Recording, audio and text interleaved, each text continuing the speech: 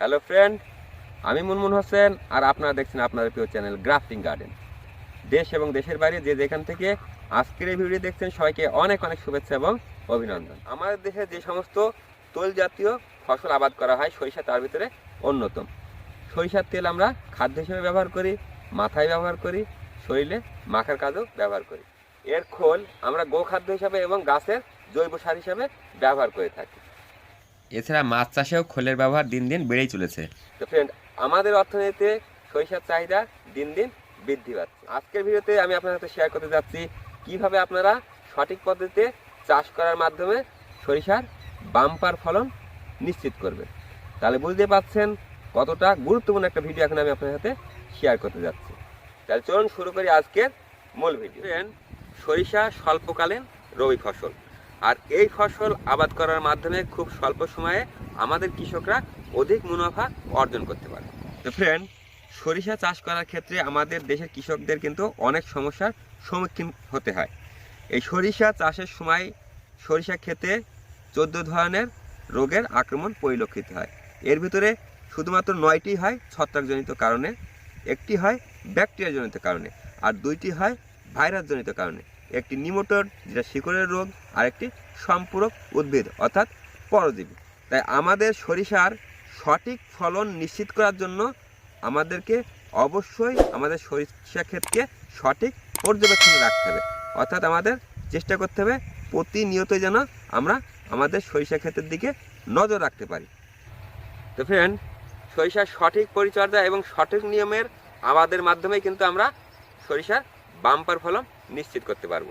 সরিষা আবাদ করার ক্ষেত্রে সর্বপ্রথম আমাদের যে কাজটি করতে হবে সেটি হচ্ছে আমাদের উঁচু স্থান নির্বাচন করতে হবে, অর্থাৎ যে জমিতে সহজে বৃষ্টির পানি জমে থাকে না বা পানি সহজেই বেরিয়ে যায়।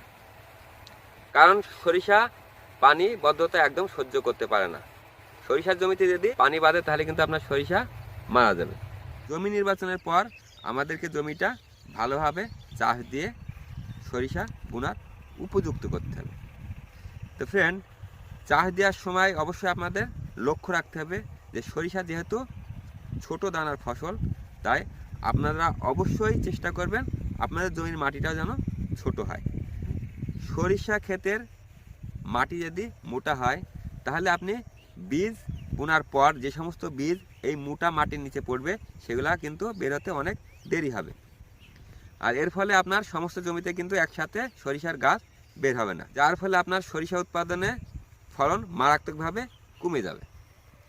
ফ্রেন্ড, জমি তৈরির পর্যায়ে আমাদের সবচেয়ে বেশি গুরুত্ব দিতে হবে আমরা এই স্বল্পকালীন সরিষার আবাদ করার জন্য মাটিতে কী ধরনের সার প্রয়োগ করব। তো ফ্রেন্ড, আপনাদের অবশ্যই জানতে হবে যে সরিষা অধিক ফুল এবং ফলের ফসল, আর অধিক ফুল এবং ফলের ফসলে সবচেয়ে বেশি প্রয়োজন ফসফরাস এবং পটাশিয়াম। তাই আমাদের জমি তৈরি করার সময় অবশ্যই জমিতে পর্যাপ্ত পরিমাণে ফসফেট এবং পটাশের উপস্থিতি নিশ্চিত করতে হবে, তাহলে আমাদের সরিষার উৎপাদন আমাদের কাঙ্ক্ষিত পর্যায়ে পৌঁছাবে। তো ফ্রেন্ড, সার প্রয়োগের ক্ষেত্রে আপনারা আপনাদের জমিতে প্রতি শতাংশে টিএসপি 600 গ্রাম, এমওপি 500 গ্রাম, ইউরিয়া 400 গ্রাম এবং সাথে গাছের অনুখাদ্য হিসাবে জিঙ্ক 50 গ্রাম এবং বোরন 50 গ্রাম ভালোভাবে মিশিয়ে আপনার সরিষার জমির শেষ চাষে আগে বুনে দেবেন, এবং শেষ চাষ সম্পন্ন করার পর আপনারা আপনাদের জমিতে সরিষার বীজ বুনবেন। ফ্রেন্ড, বীজ বোনার পর অবশ্যই আপনারা কিন্তু সরিষার জমিতে ভালোভাবে মই দিবেন।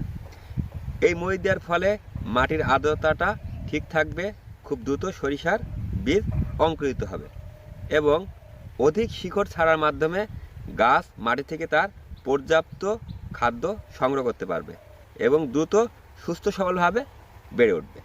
ফ্রেন্ড, আমাদের দেশে কিন্তু সরিষার অনেক উন্নত জাত দেখা যায়। এর ভিতরে টরি, রায়, বাড়ি 6, 7, 8, সম্বল, সম্পদ ইত্যাদি অন্যতম। তো ফ্রেন্ড, বীজ বোনার 3 থেকে 4 দিনের ভিতরে কিন্তু আপনি আপনার জমিতে সরিষার গাছ দেখতে পাবেন। আপনার সরিষার বাম্পার ফলন নিশ্চিত করার ক্ষেত্রে সরিষা গাছ বের হওয়ার 20 থেকে 21 দিনের মাথায়, অর্থাৎ যখন আপনার সরিষা গাছের 5 থেকে 7টি পাতা আপনারা দেখতে পাবেন, এই সময় যদি আবহাওয়া আপনার অনুকূলে থাকে, যদি আকাশে মেঘ না থাকে তাহলে অবশ্যই সরিষার ক্ষেতে হালকা সেচ প্রদান করবেন এবং সেচ দেওয়ার পর অবশ্যই লক্ষ্য রাখবেন যেন আপনার জমিতে কোনোভাবেই পানি বেঁধে না থাকে। অতিরিক্ত পানি অবশ্যই দ্রুত বের করার ব্যবস্থা করবেন। আর এই সময় পুনরায় আবার আপনারা প্রতি শতাংশে 400 গ্রাম হিসাবে ইউরিয়া এবং 200 গ্রাম হিসাবে ফসফেট সার আবার উপরে প্রয়োগ করবেন। তো ফ্রেন্ড, সরিষা যেহেতু অধিক ফুল এবং ফলের ফসল, তাই এই সময়টাতে অবশ্যই আপনারা সালফার জাতীয় কীটনাশক থিওভিট কুমুলাস 1 লিটার পানিতে 2 গ্রাম ভালোভাবে মিশিয়ে সমস্ত গাছ ভিজিয়ে স্প্রে করবেন। এতে করে আপনার গাছটি সুস্থ সবলভাবে খুব দ্রুত বৃদ্ধি পাবে এবং ফুল ফলে পূর্ণ হবে। আপনার সরিষা ক্ষেতের সরিষা গাছগুলা যদি সঠিকভাবে বৃদ্ধি না পায় তাহলে বুঝতে হবে যে আপনার সরিষা গাছগুলা পরজীবী অর্থাৎ অ্যারোবঙ্কি এক ধরনের সপুষ্পক উদ্ভিদ, যেগুলা সরিষা গাছের শিকড়ের থেকে খাদ্য সংগ্রহ করার মাধ্যমে বেঁচে থাকে। আর এই অ্যারোবঙ্কি সাধারণত সেই সমস্ত জমিতে দেখা যায় যে সমস্ত জমিতে বারবার আমরা সরিষার আবাদ করি। তো ফ্রেন্ড, আপনার জমিতে যদি এই পরজীবীর আক্রমণ দেখা যায় তাহলে সেক্ষেত্রে অবশ্যই আপনি আপনার সেই জমিতে সরিষা বোনা থেকে বিরত থাকবেন। আপনি সেক্ষেত্রে অন্য যে রবি ফসল আছে সেটা আপনি চাষ করবেন। তো ফ্রেন্ড, ফুল থেকে যখন ফলে রূপান্তর হয় তখনই সরিষা ক্ষেতে সবচেয়ে মারাত্মক পোকা জাপ পোকার আক্রমণ দেখা যায়। জাপ পোকা গাছের ফুল ফল কাণ্ডের রস চুষে খায়, যার কারণে ফলের আকার ছোট হয়। জাপ পোকা এক ধরনের রস নিঃসরণ করে, এ থেকে শুটিমোল্ড নামক ছত্রাকের জন্ম হয়। আক্রান্ত স্থান কালো হয়ে যায়, ফলের আকার ছোট হয়, ফলে ফলন মারাত্মকভাবে কমে যায়। আপনার সরিষা ক্ষেত্রে যদি এরকম জাপ পোকার আক্রমণ দেখা যায় সেক্ষেত্রে ইমিডোক্লোপিড গ্রুপের ওষুধ ইমিটাপ একতারা সঠিক মাত্রায় ব্যবহারের মাধ্যমে খুব সহজেই এই জাপ পোকা দমন করা যায়। ফ্রেন্ড, সরিষা ফলের ভিতরে যখন দানার সৃষ্টি হয় তখন এক ধরনের ফল ছিদ্রকারী পোকার আক্রমণ দেখা যায়। আর এই পোকা যদি সঠিক সময় দমন না করা হয় তাহলে সরিষার ফলন মারাত্মকভাবে কমে যায়। আপনার জমিতে যদি এই ধরনের ফল ছিদ্রকারী পোকার আক্রমণ দেখা যায় সেক্ষেত্রে কুইনাল ফস জাতীয় কীটনাশক সাইফারমেথিন অনুমোদিত মাত্রায় সঠিকভাবে ব্যবহার করে আপনি সহজেই এই পোকা দমন করতে পারবেন। আর পোকার আক্রমণ যদি খুব বেশি হয় সেক্ষেত্রে কম্বাইন ওষুধ সিনজেন্টা গ্রুপের ভলিউম ফ্লেক্সিও আপনারা অনুমোদিত মাত্রায় ব্যবহার করে এই পোকা দমন করতে পারেন। সরিষার ফলের ভিতরে যখন সরিষার দানার সৃষ্টি হয় তখন সরিষার জমিতে এক ধরনের কাণ্ড পচা রোগের আক্রমণ লক্ষ্য করা যায়। এর ফলে গাছ সুষমভাবে খাদ্য সংগ্রহ করতে পারে না, সরিষার দানা পুষ্ট হয় না, আস্তে আস্তে শুকিয়ে মারা যায়, যা আপনার সরিষার ফলনের ক্ষেত্রে মারাত্মক প্রভাব ফেলতে পারে। তো ফ্রেন্ড, আপনার জমিতে যদি কাণ্ড পচা রোগের লক্ষণ দেখা দেয় সেক্ষেত্রে অবশ্যই আপনারা দ্রুত আপনার জমিতে বাজারে অনুমোদিত ছত্রাকনাশক ব্যবহার করবেন। সেক্ষেত্রে আপনারা চাইলে রোবোরাল ব্যবহার করতে পারেন, চাইলে অ্যামিস্টারটপ ব্যবহার করতে পারেন এবং আরও যে সমস্ত অনুমোদিত ছত্রাকনাশক আছে সেগুলো ব্যবহার করতে পারেন।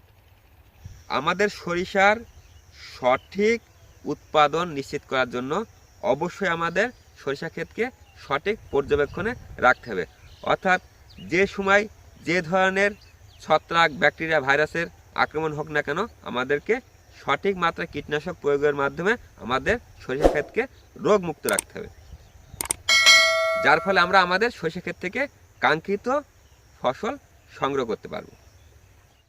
তাহলে ফ্রেন্ড, এই ছিল আজকের ভিডিওটি ভালো লেগে থাকলে অবশ্যই লাইক করবেন, বন্ধুর সাথে শেয়ার করবেন, আর আপনাদের মতামত কোনো কিছু জানতে হলে অবশ্যই কমেন্ট করবেন। আর যারা আমার চ্যানেলটি এখনও সাবস্ক্রাইব করেননি অবশ্যই সাবস্ক্রাইব করবেন। আবার দেখা হবে পরবর্তী ভিডিওতে। সে পর্যন্ত ভালো থাকুন, সুস্থ থাকুন। ধন্যবাদ।